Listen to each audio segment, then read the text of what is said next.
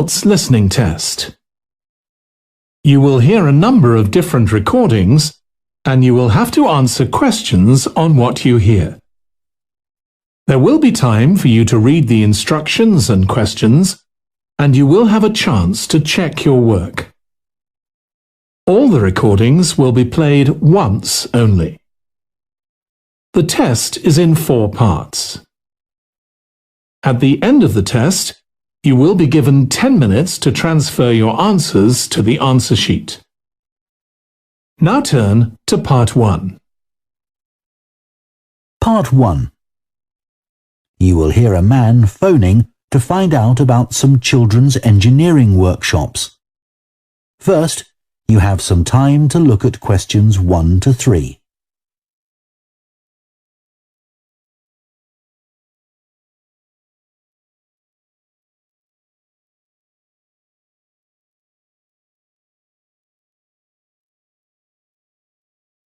Now listen carefully and answer questions 1 to 3. Hello, Children's Engineering Workshops. Oh, hello. I wanted some information about the workshops in the school holidays. Sure. I have 2 daughters who are interested. The younger one's Lydia. She's 4. Do you take children as young as that? Yes. Our tiny engineers workshop is for 4 to 5-year-olds. What sorts of activities do they do? All sorts. For example, they work together to design a special cover that goes round an egg, so that when it's inside, they can drop it from a height and it doesn't break. Well, sometimes it does break, but that's part of the fun. Right. And Lydia loves building things. Is there any opportunity for her to do that? Well, they have a competition to see who can make the highest tower. You'd be amazed how high they can go. Right. But they're learning all the time as well as having fun. For example, one thing they do is to design and build a car that's attached to a balloon, and the force of the air in that actually powers the car and makes it move along. They go really fast too. Okay, well, all this sounds perfect. Before you hear the rest of the conversation, you have some time to look at questions 4 to 10.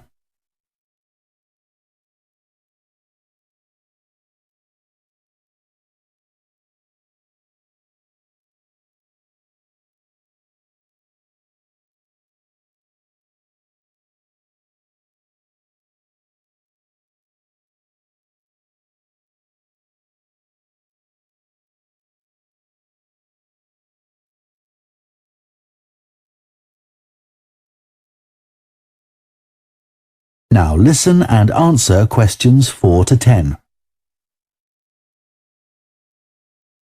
Now, Carly, that's my older daughter, has just had her 7th birthday.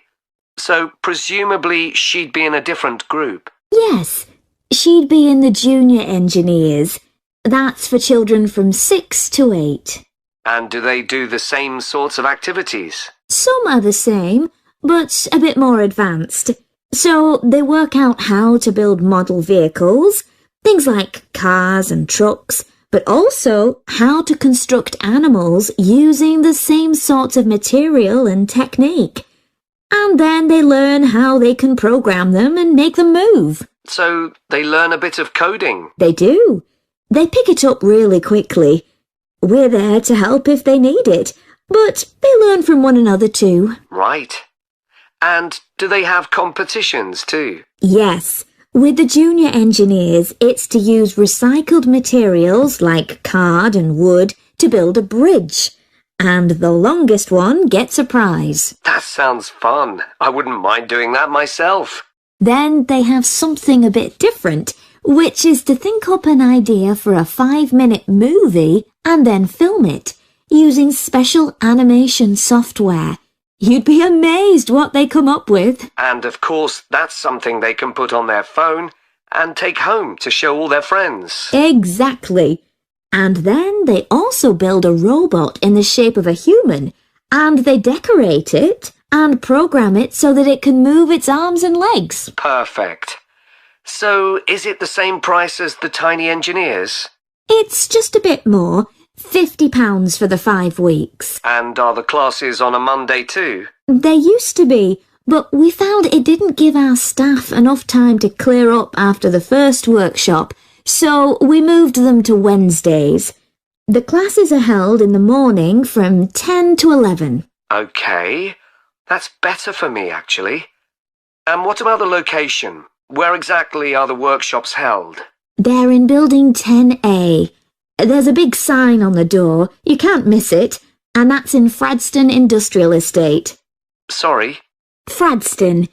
That's F-R-A-D-S-T-O-N-E.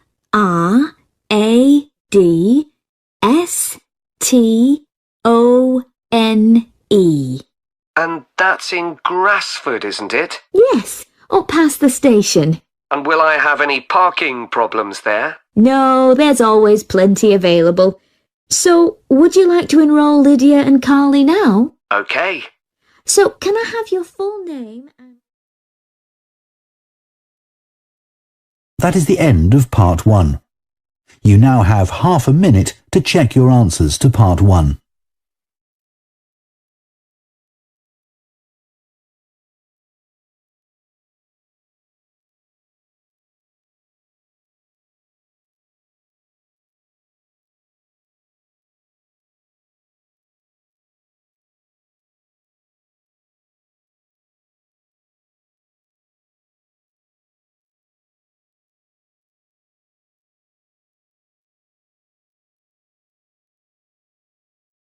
Part 2. You will hear the managing director of a company called Stevenson's welcoming a group of work experience students. First, you have some time to look at questions 11 to 14.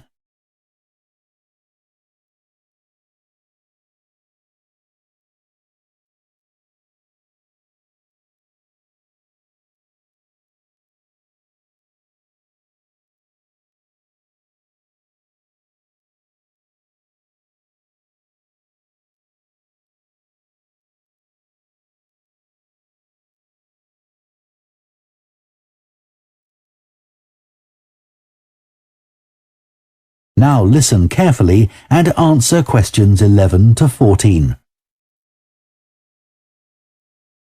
Good morning everyone and welcome to Stevenson's, one of the country's major manufacturers of metal goods. Thank you for choosing us for your 2 weeks of work experience. My name is Julia Simmons and since the beginning of this year I've been the managing director. Stevenson's is quite an old company. Like me, the founder, Ronald Stevenson, went into the steel industry when he left school. That was in 1923. He set up this company when he finished his apprenticeship in 1926, although he actually started making plans 2 years earlier in 1924. He was a very determined young man. Stevenson's long-term plan was to manufacture components for the machine tools industry, although in fact that never came about, and for the automotive industry, that is cars and lorries. However, there was a delay of 5 years before that happened, because shortly before the company went into production, Stevenson was given the opportunity to make goods for hospitals and other players in the healthcare industry. So that's what we did for the first 5 years. Over the years, we've expanded the premises considerably. We were lucky that the site is big enough, so moving to a new location has never been necessary. However, the layout is far from ideal for modern machinery and production methods, so we intend to carry out major refurbishment of this site over the next 5 years. I'd better give you some idea of what you'll be doing during your 2 weeks with us, so you know what to expect. Most mornings you'll have a presentation from one of the managers to learn about their department, starting this morning with research and development. And you'll all spend some time in each department, observing what's going on and talking to people, as long as you don't stop them from doing their work altogether. In the past, a teacher from your school has come in at the end of each week to find out how the group were getting on, but your school isn't able to arrange that this year. Before you hear the rest of the talk, you have some time to look at questions 15 to 20.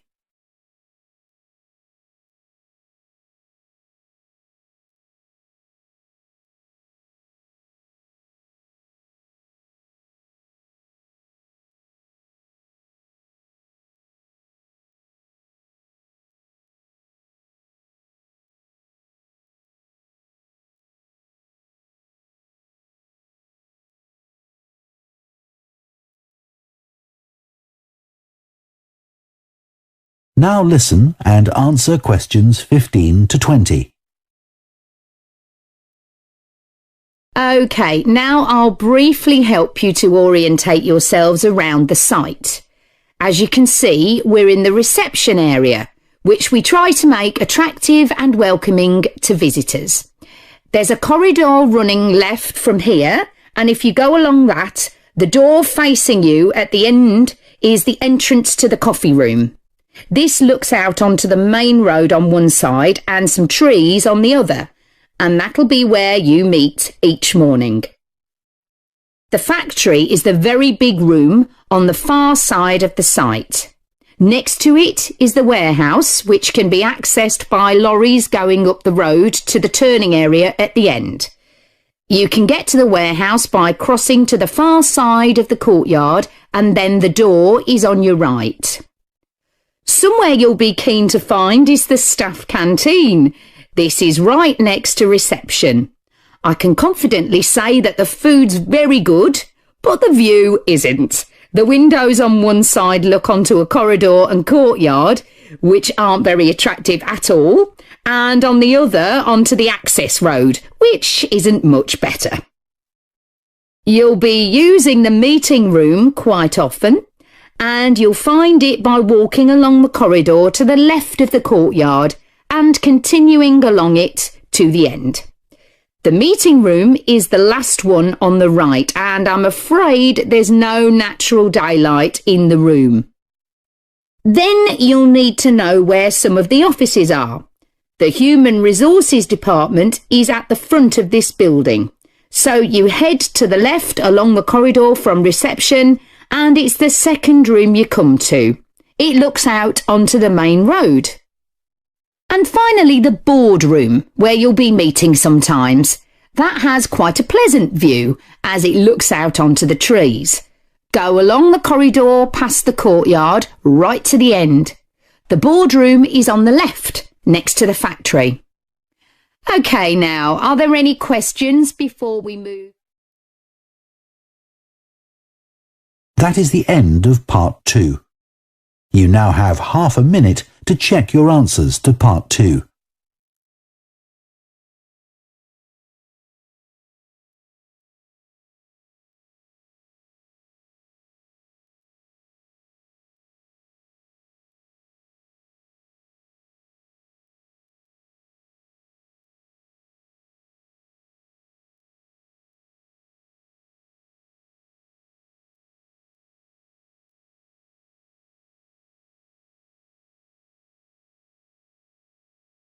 Part 3.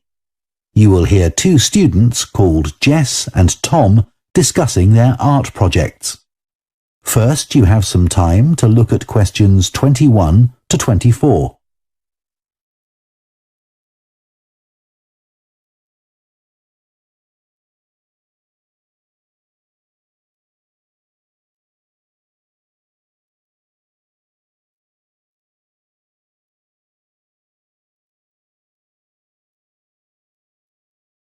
Now listen carefully and answer questions 21 to 24. How are you getting on with your art project, Tom? Okay. They gave us the theme of birds to base our project on, and I'm not really all that interested in wildlife, but I'm starting to get into it. I've pretty well finished the introductory stage. So have I. When they gave us all those handouts with details of books and websites to look at, I was really put off. But the more I read, the more interested I got. Me too. I found I could research so many different aspects of birds in art. Colour, movement, texture. So I was looking forward to the bird park visit. What a letdown. It poured with rain and we hardly saw a single bird. Much less use than the trip to the Natural History Museum. Yeah. I liked all the stuff about evolution there. The workshop sessions with Dr. Fletcher were good too, especially the brainstorming sessions. I missed those because I was ill. I wish we could have seen the projects last year's students did. I suppose they want us to do our own thing, not copy. Have you drafted your proposal yet? Yes, but I haven't handed it in. I need to amend some parts. I've realised the notes from my research are almost all just descriptions. I haven't actually evaluated anything, so I'll have to fix that. Oh, I didn't know we had to do that. I'll have to look at that too. Did you do a timeline for the project? Yes, and a mind map. Yeah, so did I. I quite enjoyed that. But it was hard having to explain the basis for my decisions in my action plan. What? You know, give a rationale. I didn't realise we had to do that. OK, I can add it now. And I've done the video diary presentation and worked out what I want my outcome to be in the project. Someone told me it's best not to be too precise about your actual outcome at this stage, so you have more scope to explore your ideas later on.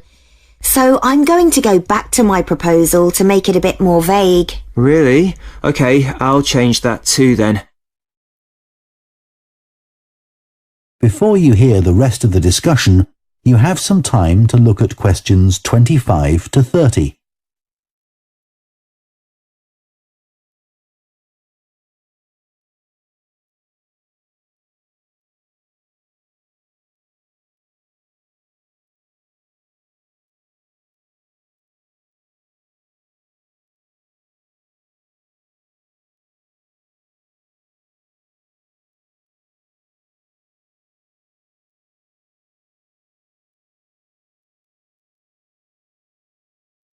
Now listen and answer questions 25 to 30.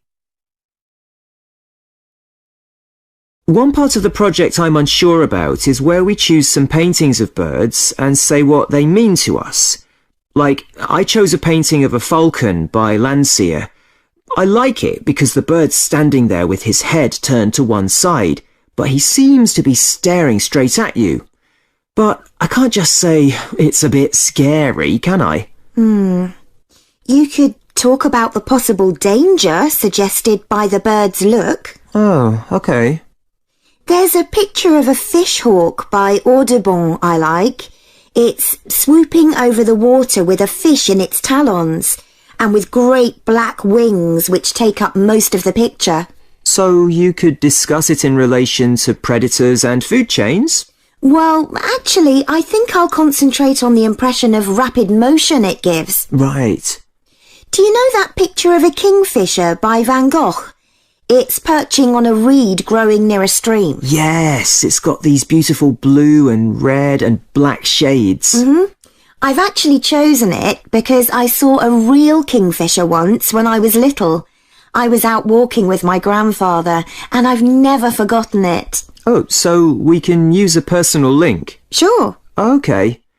There's a portrait called William Wells. I can't remember the artist, but it's a middle-aged man who's just shot a bird.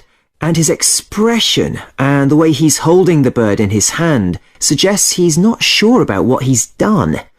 To me, it's about how ambiguous people are in the way they exploit the natural world. Interesting. There's Gauguin's picture via a Matty. He did it in Tahiti.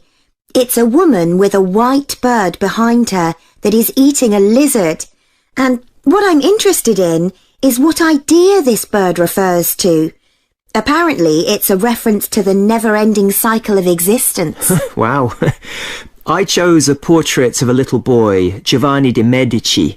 He's holding a tiny bird in one fist. I like the way he's holding it carefully so he doesn't hurt it. Oh, right. That is the end of part 3.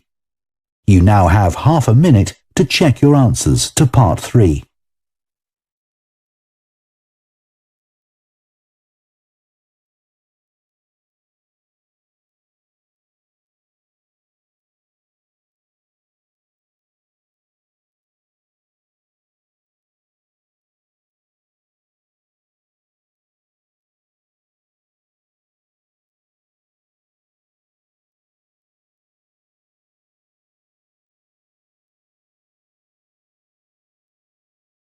Part 4.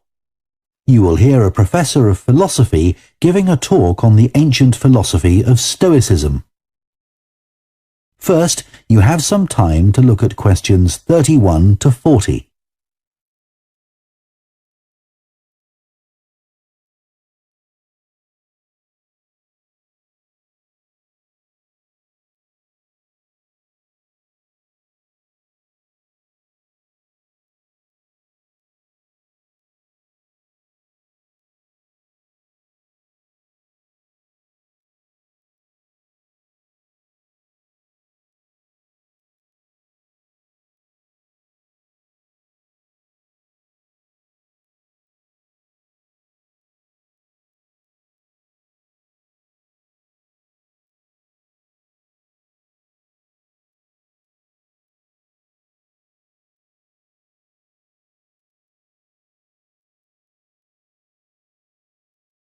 Now listen carefully and answer questions 31 to 40. Ancient philosophy is not just about talking or lecturing or even reading long, dense books. In fact, it is something people have used throughout history to solve their problems and to achieve their greatest triumphs. Specifically, I am referring to Stoicism, which in my opinion is the most practical of all philosophies and therefore the most appealing. Stoicism was founded in ancient Greece by Zeno of Citium in the early 3rd century BC, but was practiced by the likes of Epictetus, Cato, Seneca, and Marcus Aurelius. Amazingly, we still have access to these ideas, despite the fact that the most famous Stoics never wrote anything down for publication. Cato definitely didn't. Marcus Aurelius never intended his meditations to be anything but personal. Seneca's letters were, well, letters, and Epictetus's thoughts come to us by way of a note-taking student. Stoic principles were based on the idea that its followers could have an unshakable happiness in this life, and the key to achieving this was virtue. The road to virtue, in turn, lay in understanding that destructive emotions like anger and jealousy are under our conscious control. They don't have to control us, because we can learn to control them. In the words of Epictetus, external events I cannot control, but the choices I make with regard to them, I do control. The modern-day philosopher and writer Nassim Nicholas Taleb defines a Stoic as someone who has a different perspective on experiences which most of us would see as wholly negative. A Stoic transforms fear into caution, pain into transformation, mistakes into initiation, and desire into undertaking. Using this definition as a model, we can see that throughout the centuries, Stoicism has been practiced in more recent history by kings, presidents, artists, writers, and entrepreneurs.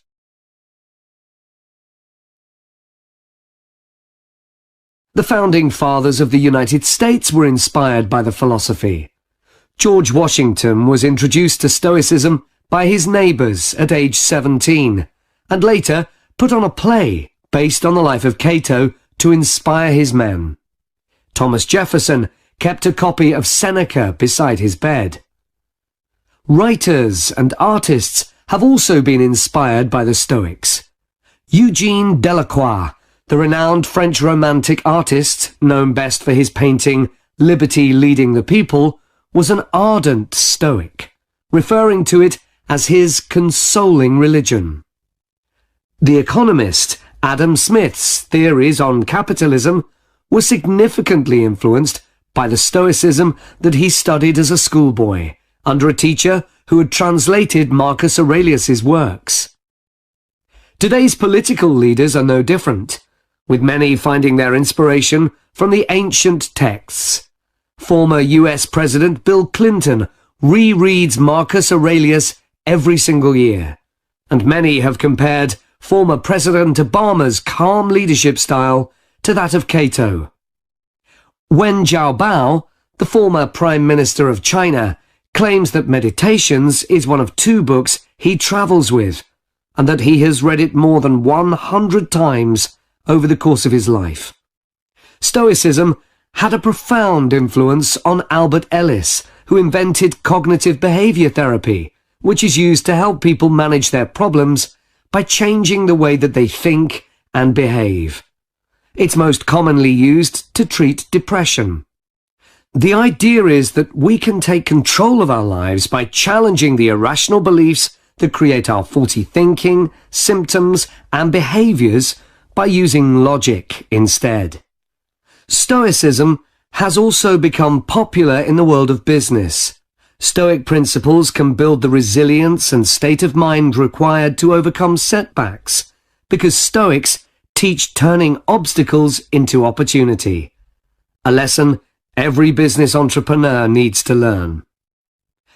I would argue that studying Stoicism is as relevant today as it was 2,000 years ago, thanks to its brilliant insights into how to lead a good life.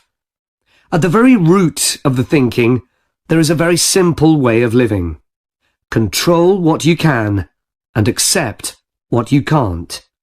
This is not as easy as it sounds and will require considerable practice. It can take a lifetime to master. The Stoics also believed the most important foundation for a good and happy life is not money, fame, power, or pleasure, but having a disciplined and principled character, something which seems to resonate with many people today. That is the end of Part 4. You now have 1 minute to check your answers to Part 4.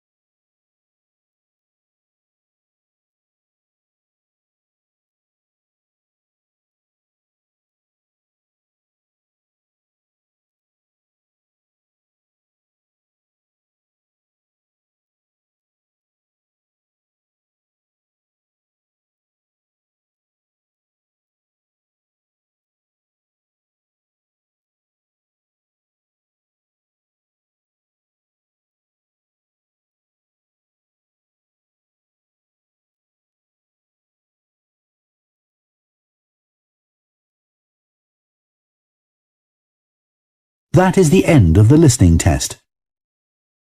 In the IELTS test, you would now have 10 minutes to transfer your answers to the answer sheet.